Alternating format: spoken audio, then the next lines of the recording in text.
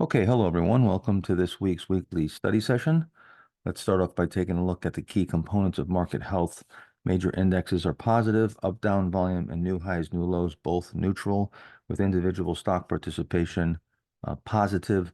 Of course, you might intuitively think that new highs, new lows would be positive because the market, of course, hit new highs. The indexes broke out pretty much across the board, at least on the Dow, the Nasdaq, the NYSE.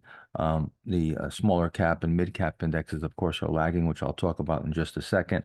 When you take a look at the high-low diffusion index, you'll see that we have well, at least on this is looking at the New York Stock Exchange, we hit that 90 plus mark, which is often where you'll get a sign of strength, but also you could get temporary peaks where you get pullbacks. You can go back and see all throughout 2021, or at least a good portion of it, when we rallied out of 2020 into 21, we were up in that level. And then when we had those pullbacks, the percentage came back down around the 50 to 60 mark. Same thing here where we've got an overbought condition and we started to turn down.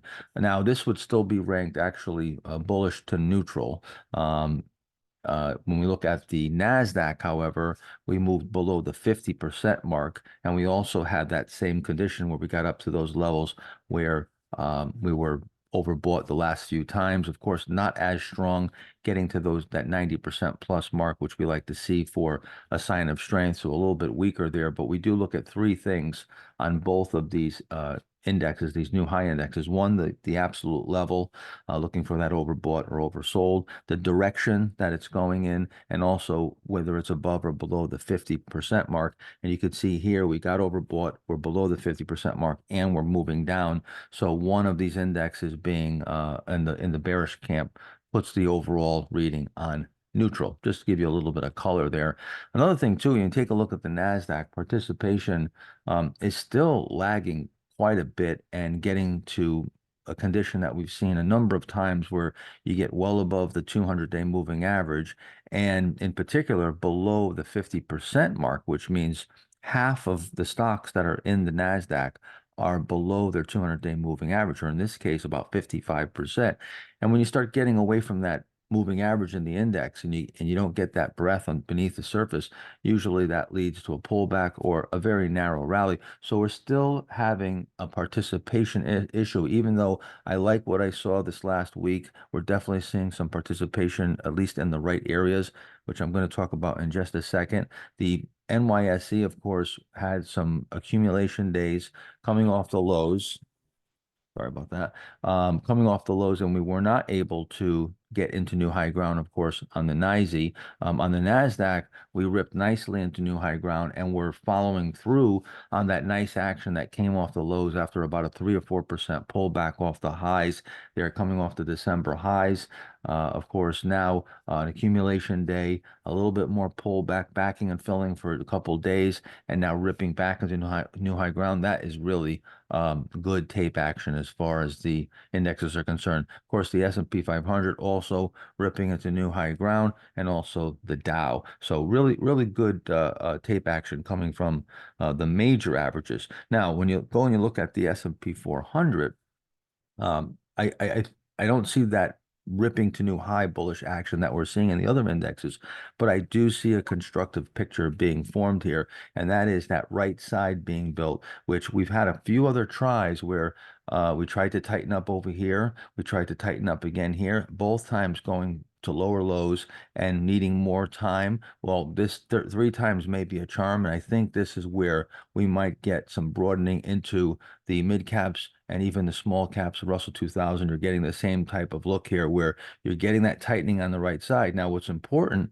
is that you start looking for those pivots to be lining up with the market here. And then as the indexes come off these lows or start emerging up this right side, that's where you want to look for the stocks breaking out of bases, coming off of low cheat areas, and even just breaking into new high ground, coming out of VCP patterns.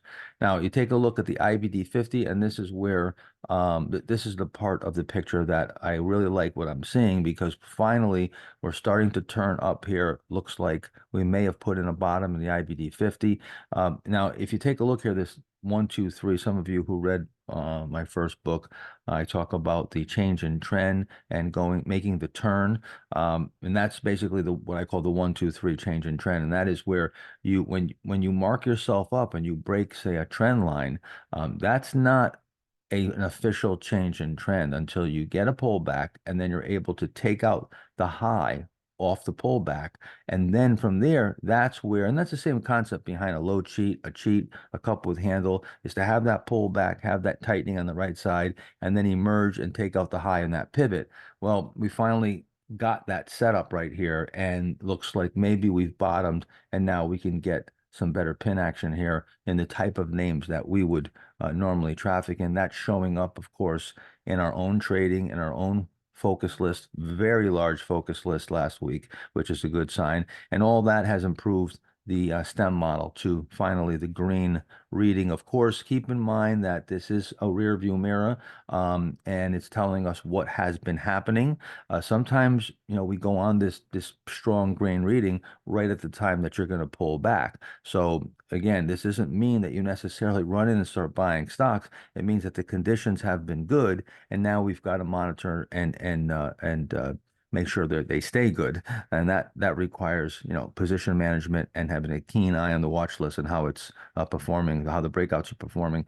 S&P models, of course, are still bullish from those buy signals. They both fired a buy signal on January 13th. Of course, the 25 went on a brief sell, but right back on the buy on November 17th. So those are bullish. And that tells us that the long-term trend is on our side right now. And with interest rates starting to come in here, of course, the 1 year did rally back last week. I don't have a chart of that, but the 1 year did rally back, but still within that new downtrend where it's rolled over. Rates, definitely the pressure has come off. The expectation is for cuts coming in later on in the next couple months. And also we're going into a seasonal strong period. Even the first half of this year is not a really strong trending down seasonality based on the 4 year presidential cycle, or even just the cycle, the blended cycle work for 2024. You can see there's actually an upside bias, mainly more of marking time going into the second half. And regardless of the cycles you look at, you're looking at a very strong June going forward. Now, that doesn't mean it can't happen prior to that, and that you don't get a strong market going into June, and it could pan out in a very different way. But we do have a very strong tendency here going from mid 2024 into mid 2025.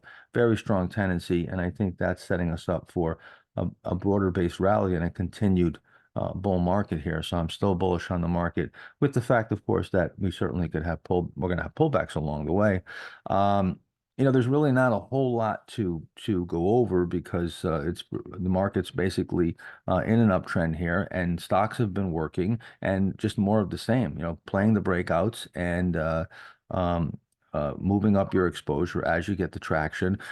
Things we're looking for are accumulation. We have that. Participation. We have participation. Traction. We have traction.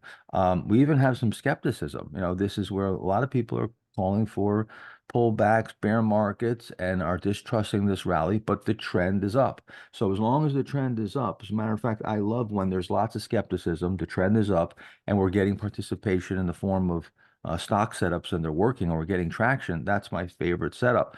And right now, there's still a lot of sideline cash. And as rates come down, if we can get rates to come down even more, you're going to bring that cash into the market. You're going to bring cash out of bonds. You're going to bring cash that's sitting in money markets, and a decline in rates will help the market, certainly. Now, the question is are we going to have is the Fed going to have to rescue the economy from a recession? And if we get too slow in the economy, which there's no signs of that just yet, then the question will be if we're going to have a recession, and the market might have a bigger correction sometimes during the year. But right now, we're hitting pretty much on all cylinders.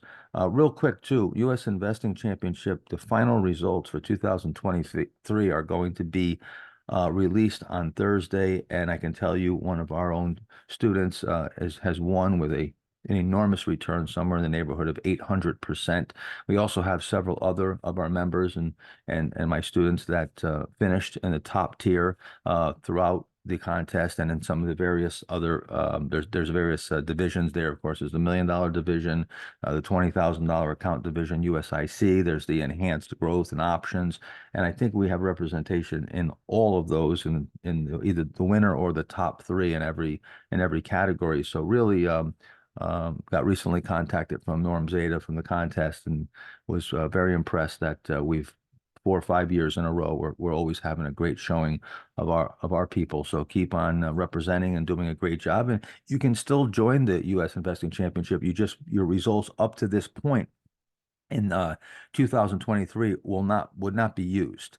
But some people start late and join a month or two later, and they just use the results from that point going forward. So you could Norm asked me to do a shout out and say that you can still join the U.S. Investing Championship, and then you can go in there and show your skills and trade like a champion, and maybe become a champion.